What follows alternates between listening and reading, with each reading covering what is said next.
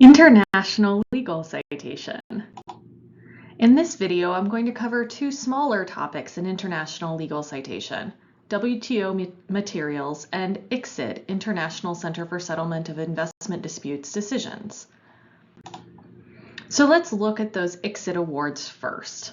ICSID awards are covered by Blue Book Rule 21.6.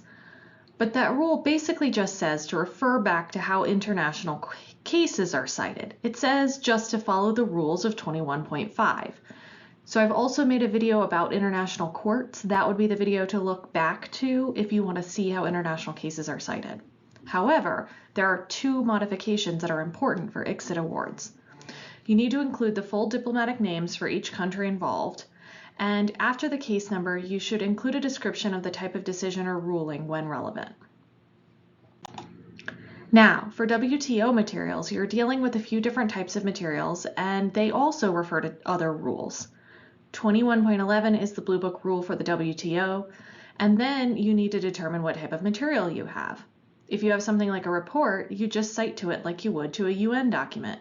I made a video about those too, so you can refer back to that video if you need to.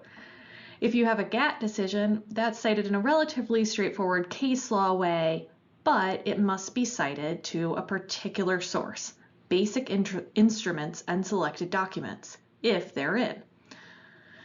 So also, if you have a founding agreement of the WTO, that's a treaty, so it needs to be cited to 21.4.5. The key thing that's really different for WTO is WTO panel and appellate body materials, which have their own document symbols. So you may remember document symbols from UN document symbols.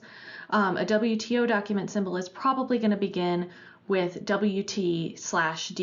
So seeing those letters is a key sign for you that you want to cite using 21.11a. Just as a reminder, if you need a blue book, you can check one out of the library, and if you need additional help, don't hesitate to ask one of the librarians.